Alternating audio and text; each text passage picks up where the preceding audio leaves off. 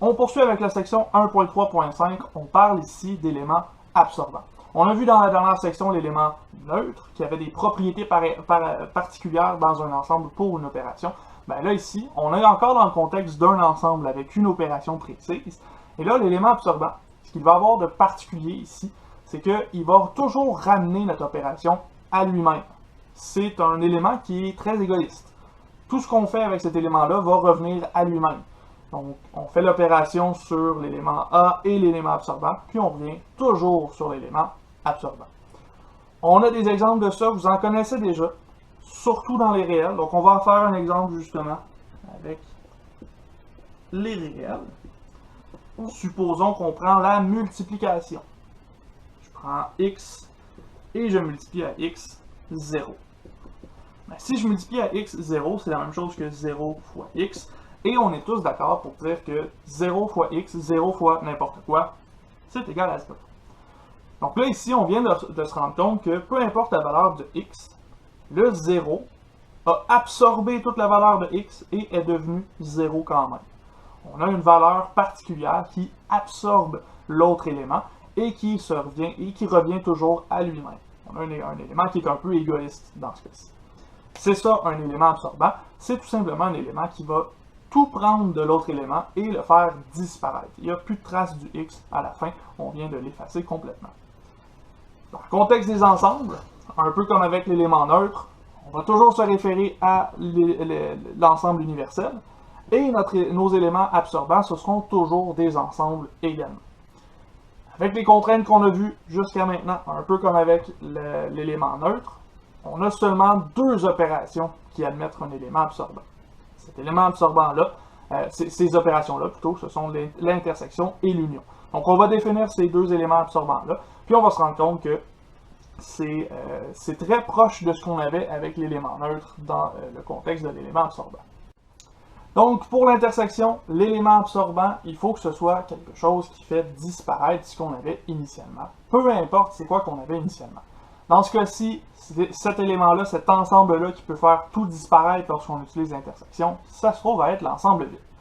Remarquez que tantôt, on avait l'ensemble universel pour l'élément neutre. Ben maintenant, pour l'élément absorbant, on a l'ensemble vide qui est l'antipode qui est l'opposé finalement de l'ensemble universel.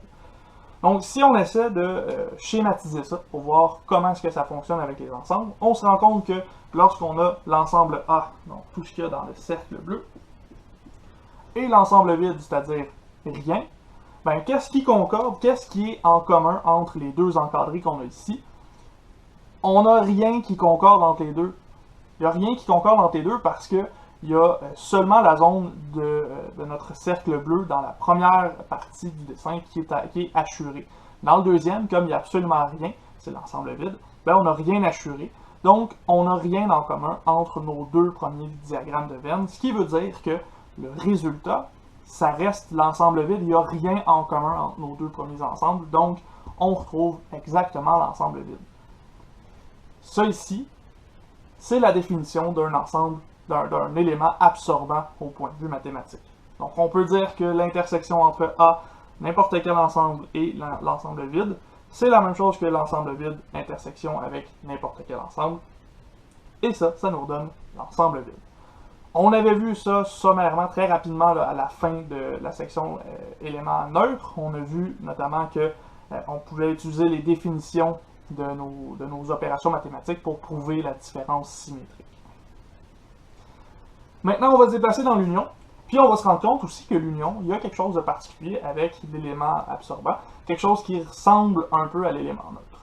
Donc ici, pour l'union, il faut se dire que peu importe ce qu'on ajoute à ce qu'on avait initialement, il faut que ce qu'on avait initialement disparaisse après l'ajout qu'on fait à notre élément initial.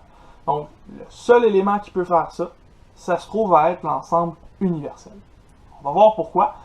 On va voir avec la logique de notre diagramme de Venn qu'est-ce qui se passe lorsqu'on ajoute l'ensemble universel.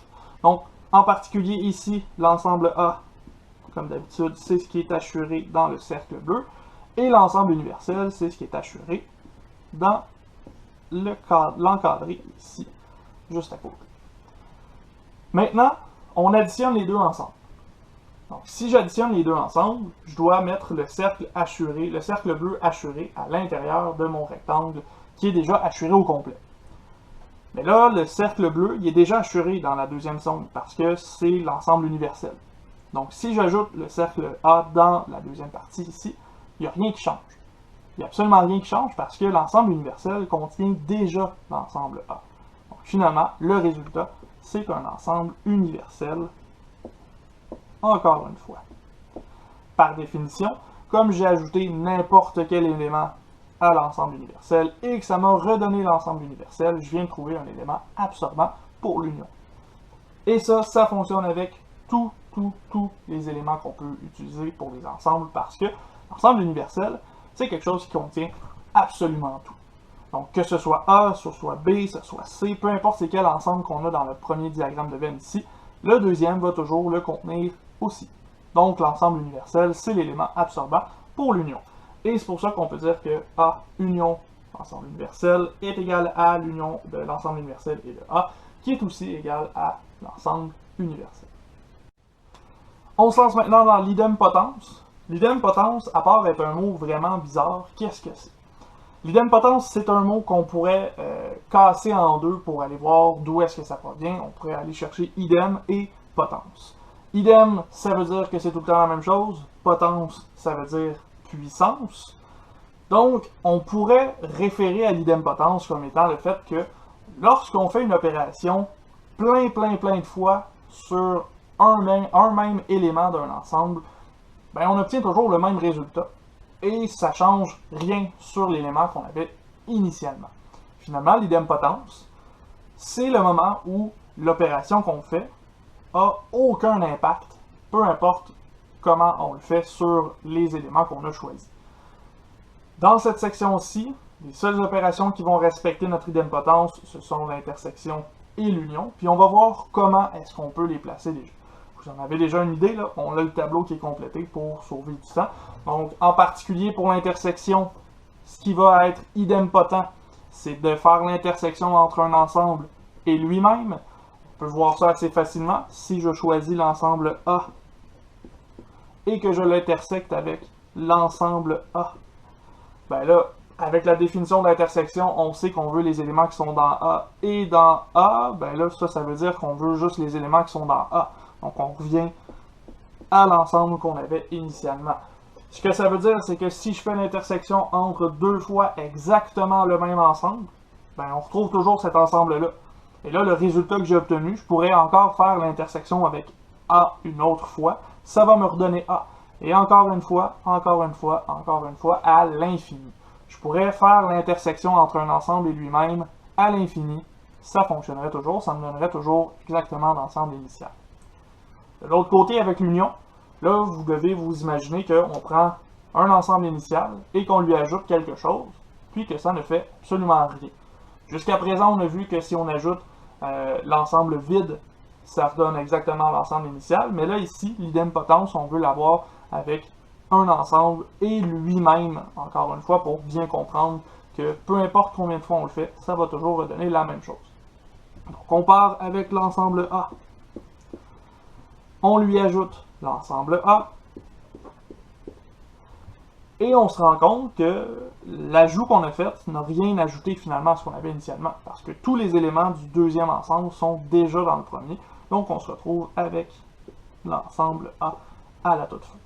On se rend compte que l'union entre A et lui-même, ça reste A. Donc on vient de trouver l'idempotence de notre union. Qu'est-ce qu'on conclut, qu'est-ce qu'on doit retenir de cette section-ci? Ben, on conclut que pour l'intersection, si on veut faire une intersection et ne rien changer, on peut faire l'intersection entre un élément, un ensemble et lui-même. Cette intersection-là va toujours rendre l'élément qu'on avait initialement, l'ensemble A dans ce cas-ci. De l'autre côté, l'union, si on veut faire une union avec l'ensemble A, le seul ensemble qu'on peut utiliser, ou un des ensembles qu'on peut utiliser pour qu'il n'y ait aucun changement, c'est encore lui-même. Si je fais l'union entre A et lui-même, je retrouve exactement A. Donc, on vient de trouver une nouvelle notion qui peut nous être utile lorsqu'on parle des opérations appliquées sur des ensembles mathématiques. On poursuit avec la section 1.3.7. Dans cette section-ci, on va parler des propriétés du complément. Le complément, on a vu c'était quoi comme opération. On n'en a pas beaucoup parlé dans les propriétés des opérations, donc on va faire ces propriétés au complet dans une seule vidéo, dans une seule partie de vidéo. Donc, on va commencer par vérifier qu'est-ce qui se passe si on fait le complément d'un complément. Donc, premièrement, si j'ai l'ensemble A,